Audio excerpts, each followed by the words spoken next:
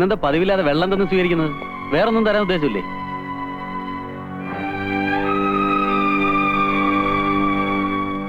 ഞാൻ കുടിക്കാൻ എടുത്തതാ, അപ്പോഴാ നന്ദേട്ടൻ വന്നത്. നിന്റെ മുഖം എന്താ വല്ലാതിരിക്കുന്നത്? ഒന്നുമില്ല, വല്ലാത്ത തലവേദന. എപ്പോഴും വരുന്നുണ്ടല്ലോ നിനക്ക് തലവേദന. വല്ല ഡോക്ടറെ കാണണോ? വേണ്ട, ഇപ്പൊ അല്പം കുറവുണ്ട്. രണ്ടും നീ തന്നെ പറയുന്നത്. ഞാൻ അല്പം വിക്സ് പുരട്ടിയിട്ട് വരാം.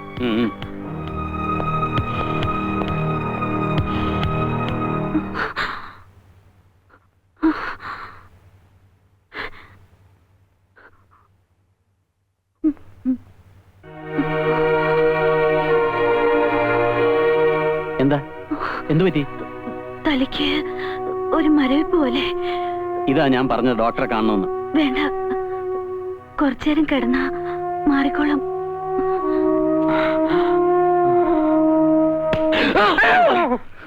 നിങ്ങൾ എന്ത് പണിയാ കാണിച്ചേ? ഒന്നും മിണ്ടാതെയും പറയാതെയാണ് ഇപ്പൊ വരുന്നത്. അത് മുസഖ, ഞാൻ ഒന്നും പറയണ്ട. കൈയിന്റെ മുറിവ് ശരിക്കും ഉണങ്ങിയിട്ട് പോയാൽ മതി എന്നല്ല ആശാൻ പറഞ്ഞേ. സൂക്ഷിക്കണം സാറേ, കൈ പഴുത്തപ്പില്ല മുറിച്ചിടേണ്ടി വരും. എന്റെ അറുനാക്കോണ്ടൊന്നും പറയാതെ ചെയ്താനെ. നിങ്ങൾ വരി, നമുക്ക് വീട്ടിലേക്ക് പോവാം. നിങ്ങളെ കാണാത്തോണ്ട് അമ്മുമോൾ അവിടെ കയറി തൊടല് പൊട്ടിക്കുക. തൊടല് പൊട്ടിക്ക അമ്മുമോൾ എന്താ ആനയാ? എന്റെ വാപ്പ മുണ്ടിപ്പോവരുത്. നടക്ക്, നിങ്ങൾ വരി. ആശാനെ, നിങ്ങൾ ആളെ ഞങ്ങൾ കയ്യോടെ കൊണ്ടുവന്നിരിക്കുക. എവിടെയെങ്കിലും പോകുമ്പോ ഒന്ന് പറഞ്ഞിട്ട് പോയിക്കൂടെ രാഘവ? മനുഷ്യന്റെ അകവാള് വെട്ടിപ്പോയില്ലേ? കുറെ നേരം ഇതിനകത്തിരുന്ന് ബോറടിച്ചപ്പോ ചുമ്മാ ഒന്ന് പുറത്തേക്ക് ഇറങ്ങിയതാ. നാട് മുഴുവൻ പോലീസ് ചുറ്റിത്തിരിയ. കാണുന്നവരൊക്കെ പിടിച്ചു തീർത്ത് ജയിലിൽ ചാടിയ പ്രതി എന്തിയെന്നാ ചോദിക്കുന്നത്. നമ്മുടെ ഇരിക്കുക. പ്രതിയെ ശരിക്കും അവർ കൊന്നു കാണും. പിന്നെ നാട്ടുകാരെ ബോധിപ്പിക്കാൻ വേണ്ടി പോലീസുകാര് കാട് മുഴുവൻ കറങ്ങി ഇറക്കുക. രാഘവേട്ട, വെറുതെ പോലീസുകാരെ കയ്യിലൊന്നും ചെന്ന് പെട്ടേക്കരുത്. അടിച്ച് എല്ലാം അടിച്ചിട്ട് രാഘവേട്ടനാണ് ജയിലിൽ ചാടിയെന്ന് അവർ പറയുന്നു. മാമൻ എവിടെ പോയിരുന്നു? മാമനെ കാണാഞ്ഞിട്ട് ഞാൻ ഈ ചേച്ചി എവിടെയെല്ലാം അന്വേഷിച്ചെന്നറിയാമോ? മാമൻ എങ്ങും പോയില്ല മോളെ. അപ്പൊ ആശാനെ, ഞങ്ങൾ പോണു. ശരി മോളെ, ചേച്ചി പോവാ. അമ്മ മോക്ക് ഞാൻ മാത്രമേ ഉള്ളൂ. ഇവക്കാണെങ്കിൽ താനെന്ന് പറഞ്ഞ ജീവനാ. അത് ഓർത്തെങ്കിൽ ഇങ്ങനൊന്നും ഇറങ്ങി പോകല്ലേ. അമ്മുമോളുടെ അച്ഛനും അമ്മയും രണ്ടുപേരും പോയി. പിന്നെ നാട്ടിലുള്ളതെല്ലാം വിറ്റുവർക്ക് ഞാൻ ഇങ്ങോട്ട് പോന്നു. അപ്പോ ഇവക്ക് ഞാനും എനിക്കിവള് മാത്രമേ ഉള്ളൂ. പിന്നെ കുറച്ച് ദിവസമായിട്ട് ഞങ്ങൾക്ക് താനും. വാ, വല്ലതും കഴിക്കാം.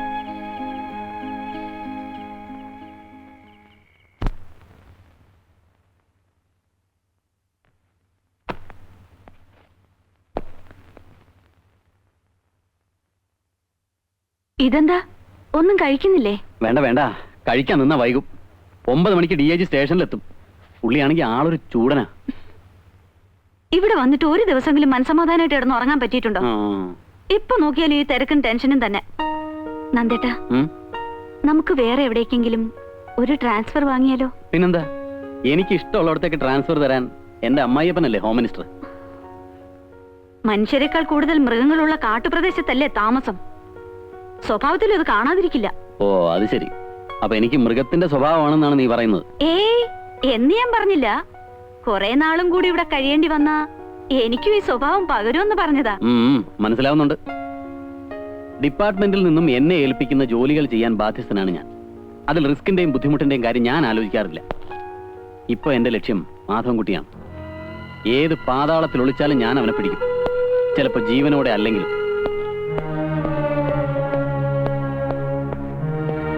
ഉച്ചയ്ക്ക് ഞാൻ വരില്ല. നീ എന്നെ കാത്തിരിക്കണ്ട, ഊണ് കഴിച്ചോളൂ.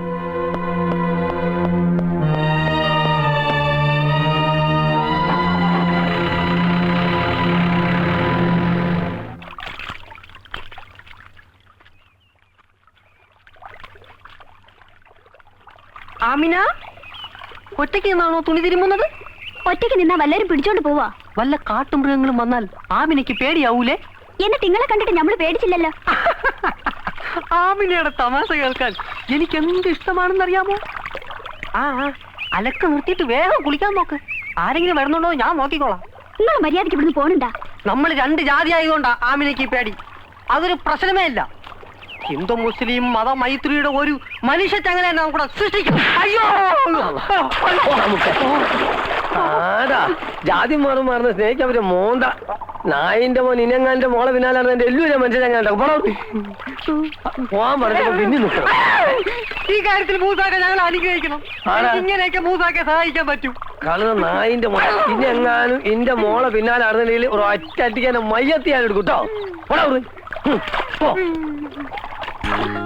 ആ ചേച്ചി കയ്യിന്ന് വിടൂ അമ്മു. മാമ ഈ ചേച്ചിക്ക് മാമിന്റെ അടുത്ത് വരാൻ നാണമാ. മാമിന് തരാൻ ഈ ചേച്ചി ഒരു കൂട്ടം കൊണ്ടുവന്നിട്ടുണ്ട്. എന്താ ഒരു ഓയിന്റ്മെന്റാ. ഇത് പുരട്ടിയ മുറിവ് പെട്ടെന്ന് ഉണങ്ങുന്നു പറഞ്ഞപ്പോ അമ്മു പിന്നെ എന്നെ ഇവിടെ നിർത്തിയില്ല. അങ്ങോട്ട് പുരട്ടി കൊടുക്ക ചേച്ചി, മാമിന് കൈ പാടില്ലാത്തതല്ലേ. വേണ്ടമോ, മാമൻ തന്നെ പരട്ടിക്കൊള്ളാം. എന്താ ഇത്? രമണി കൊണ്ട് തന്നതാ. ആഹാ, എന്റെ മരുന്ന് ഫലിക്കുന്നില്ലെന്ന് തോന്നിയോണ്ടാണോ നീ വേറെ മരുന്ന് കൊണ്ട് കൊടുത്തത്? വാ അമ്മു. അവിടെ വേലായുധ പെരുമാൾ ആ വരുന്നു. ദാ. ആശാനെ, ഓ ഓ എന്താ വരെ കുട്ടി? ഒരു മണി ഓർഡർ ഉണ്ട്. ആ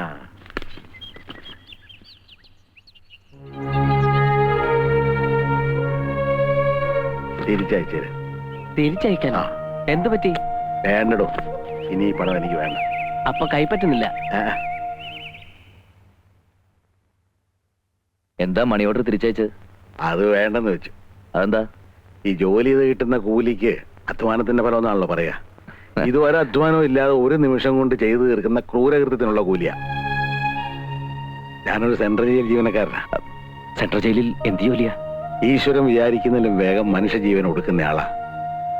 ഞാനൊരു ആരാച്ചാരൻ. ആരാച്ചാരെന്ന് കേട്ടപ്പോ തനിക്ക് പേടി തോന്നുന്നുണ്ടല്ലേ? മനസ്സുണ്ടായിട്ട് ചെയ്യുന്ന ജോലി അല്ല രാഘവ, പാരമ്പര്യമായിട്ട് കിട്ടുക. ഓരോരുത്തരെ തൂക്കിലേറ്റുമ്പോഴും ആരാച്ചാരന്മാരുടെ മനസ്സിന് കരുത്തും ധൈര്യം കിട്ടുമെന്ന് പറഞ്ഞു കേട്ടിട്ടുണ്ട്. പക്ഷെ എന്റെ കാര്യം നേരെ മറിച്ചാ. ഇനി എനിക്ക് തൊഴിൽ ചെയ്യാൻ വയ്യടോ. തനിക്കറിയാവോ, ഒരുപാട് പേരുടെ കഴുത്തെ കറുത്ത തുണിയും കയറും കെട്ടിയവനാ ഞാൻ. അന്നൊന്നും എനിക്ക് ഒരു വിഷമം തോന്നിയില്ല. പക്ഷേ ഈ അടുത്ത കാലത്ത് ഒരാളുടെ ജീവൻ ഞാൻ ഒടുക്കി. ഒരു മമ്മാലിയുടെ. വലിയ കുറ്റമാണ് അവൻ ചെയ്തത്. പക്ഷെ കഴുത്തെ കയറിട്ടപ്പോ എന്റെ ഉമ്മായും കുഞ്ഞുമോളെയും കാണണമെന്ന് പറഞ്ഞ അവൻ പൊട്ടിക്കരയായിരുന്നു. കറുത്ത തുണിക്കുള്ളിൽ ഞെരിഞ്ഞമർന്ന മമ്മാലിയുടെ കരച്ചിൽ കേട്ടിട്ട് അവന്റെ ആരുമല്ലാത്ത ഞാൻ പോലും തകർന്നു പോയിടോ. അന്ന് ഞാൻ തീരുമാനിച്ച മേലില്ല കയറി ഞാൻ തൊടില്ല. ആ കാശും എനിക്ക് വേണ്ട.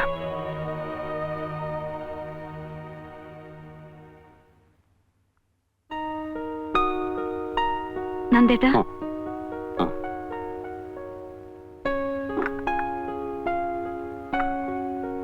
ഞാനൊരു കാര്യം പറഞ്ഞ പിണങ്ങോ?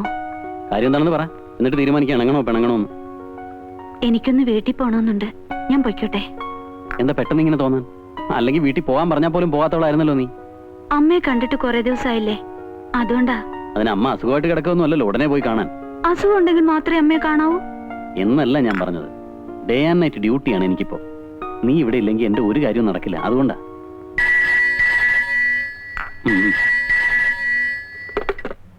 Yes, Nandakumar here.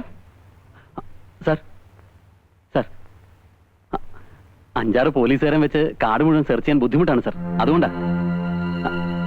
എനിക്കറിയാം സർ, അവൻ ഇവിടെ വിട്ട് പോകാനിടയില്ല സർ. മെസ്സേജ് അയച്ചിട്ടും ആവശ്യത്തിനുള്ള ഫോഴ്സ് ഇതുവരെ എത്തിയിട്ടില്ല sir. Thank you sir. I will try my level best. Thank you sir. SP-യുടെ ഫോണാ. അങ്ങേർക്ക് AC റൂമിലിരുന്ന് കൽപ്പിച്ചാൽ മതിയല്ലോ. ഇവിടെ ഊണും ഉറക്കമില്ലാതെ കാട്ടി കിടന്ന് അട്ടടി കൊള്ളാൻ മറ്റുള്ളവരും. അയാളെ പിടിക്കുവോ? എന്താ സംശയം?